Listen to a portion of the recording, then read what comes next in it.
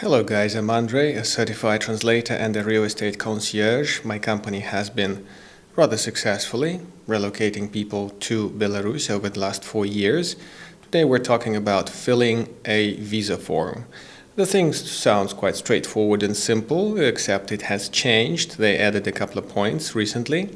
So let's run through all the points that exist out there. I will leave a link to download the form. The current link on the website of the Foreign Ministry is not working well. That was a very good opportunity to type in your data and print out the form. Now, people will have to struggle with handwriting a little bit until they set up the new file and it will be available. So let's see what has changed. Firstly, I should point out that we will be going box by box in the form, and I must say, yes, I share your, let's say, feelings. I hate bureaucracy. The second thing I would like to highlight is there will be points I'll be touching upon, but I'm not giving any legal advice on that. You should consult with the professionals. That's the guys who charge you money to give you good information. Process looks quite straightforward, except some things will need to be researched by you to fill the information correctly.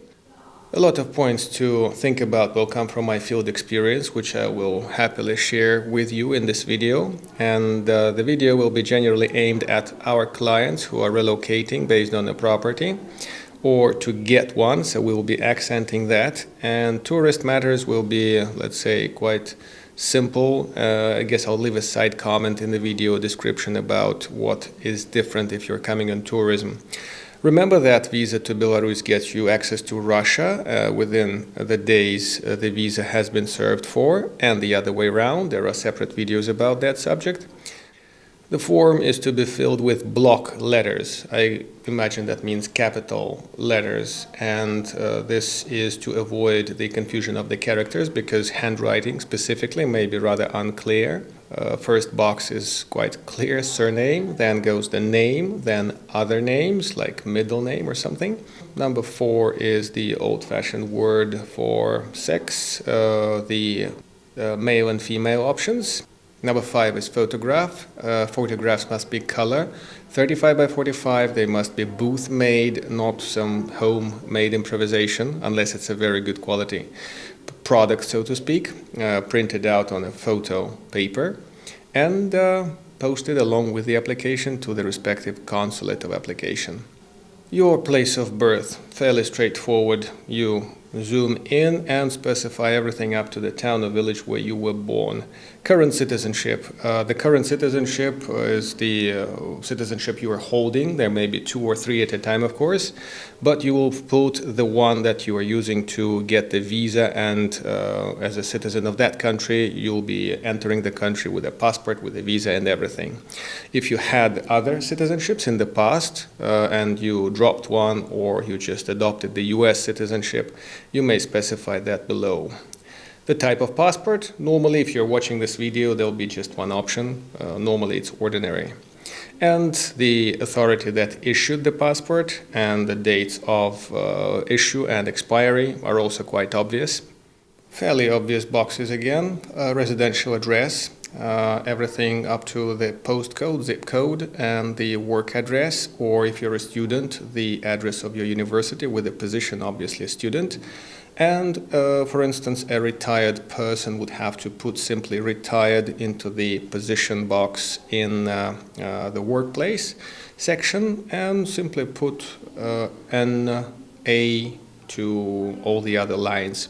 The form insists that there are no empty boxes, that if there is no data or something doesn't apply to the box line, there should be an A or no in the answer, just filling the line.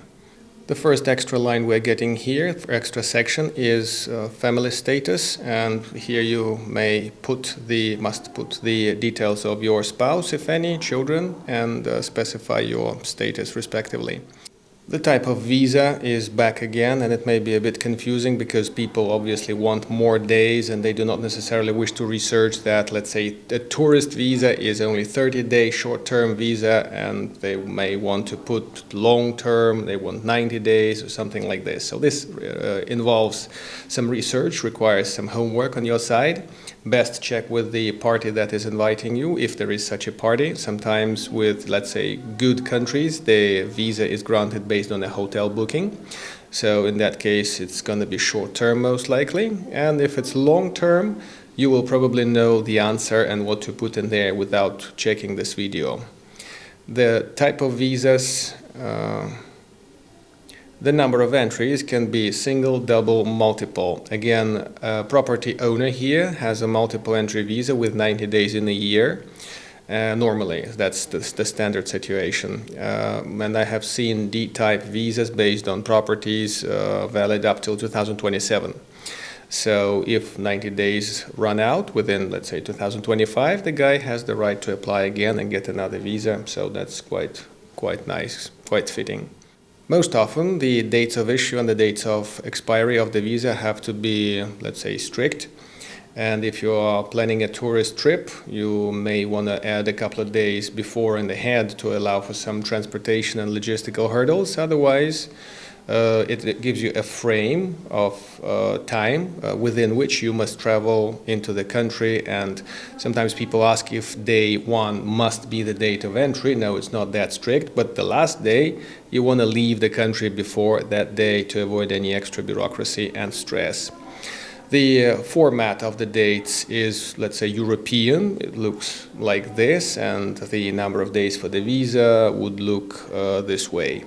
May I point out that, again, it's my guess, let's say, it's not a consultancy. Long-term visas, D-type visas, are issued based on spouse, work, property as well, and basically a few other solid reasons. So you can't just get somebody to do your visa support for D-type visa.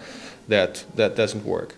Section 19, inviting person. It also has a reference to the country of destination if you're applying for a transit visa, so you'll have to put in different details. But if you're going into Belarus, if our company is inviting you, then you will put LLC SIS and the address I'll provide. And if you are attending your property, then you'll just put your own name and then the address of your property, and then either your long-term rent where you'll be staying or the address of your property where you will be living throughout the stay.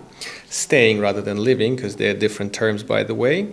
And then the purpose of trip will be to, very often, last 4 years, people write down what really happens, search for a property and applying for the temporary residency. Again, it's entirely your case, an entirely different thing that may be in that section, so please think carefully and try not to mix up things and be precise and to the point about why you're traveling to our charming country. The next section is sometimes confusing. People were asked if they were in Belarus over the last 3 years, and sometimes they wanted to go very detailed, sometimes they just put the years. My guess is you may just put the years. No need to go through your passport pages and tediously see what was the date of entry, what was the date of departure. My understanding is it's about the years, but if you can put more detailed information, you may do so. The same for your convictions, violations, and other deeds over here. If you did something ugly, like jaywalking, it's a popular offense, by the way, you may indicate that. Maybe customs issues, maybe registration issues. They're quite standard, quite typical, so don't be shy. If something like that happened, just put it on the paper. Our beloved government wishes to know that you have your pocket money to survive in Belarus. By law, you must have 50 base unit worth of money, not necessarily in cash. But I do recommend, in rather capital letters, bring cash. The world is very full of surprises. Geopolitics is not necessarily super predictable, like with that American Bay kind of thing. So bring cash, different denominations, not necessarily a stack of hundreds, although that's just normal when some people, mostly from the warmer countries, let's say, come like that. And I know there is a trouble of getting cash in the US, especially like a wad of money to buy a house or something here. Yes, but people resolve these matters. It's doable, so make sure you have some pocket money if your piece of plastic turns into just a piece of plastic. The cards sometimes get lost, eaten by the ATMs. I've seen quite a few dramas related to it, but most of the people had some backup, so there were no dramas about this. Check what applies in these boxes. If you're staying at a friend's place, accommodation should work. If you're coming visa-free, then you're not filling this form. And if you have your hotel booking, and if you have cash, and if you have card, just check what applies. Last but not least, the new section 26, insurance company. By law, you must be covered when traveling across Belarus. And again, there's a lot of confusion here. Some frequent travelers even say, no, you don't have to do it. You have to do it, but you don't declare it at the border. You have to have your policy either from a foreign company confirming it's worldwide or confirming it covers Belarus, or one of the two local companies. I'll put the links below, as I always do under each video. And that company, whose policy you may not necessarily be able to get online from outside Belarus, but you may try, will be covering your stay. I've had a few instances of expats using the local ambulance. The insurance was helpful, so just to get it done, it's a very good idea rather than paying in cash. Although the bills in cash will not be necessarily damaging your budget, but it's rather helpful when insurance covers this stuff. Adding to the insurance story, we may say that there are dealers at the airport, there are dealers or agents by the border as you cross into Belarus, so it's not a problem to pass the passport control and then get a medical insurance, and then proceed to a hotel which also doesn't really need your insurance, as far as I know. Insurance is needed for the online and offline registration, and the registration video you'll find in a different clip. I think I'll leave a link below. And you may want to have local insurance policies to make it simple, obviously printed out if you're going for the offline registration. That's the basic information to say about it. When you're done with your visa form, on the computer, print it out, one single piece of paper, both sides, sign it. Put the date. Then throw it into the envelope with all the other things that the embassy website instructs you to do. Let's just put it more precisely, consulate website. And best of luck with the application. Should be straightforward. If you're presenting your papers in person, be diplomatic, be correct, be precise, be honest. And I'm always online and on the phone if you are my client, if you are going with our company papers.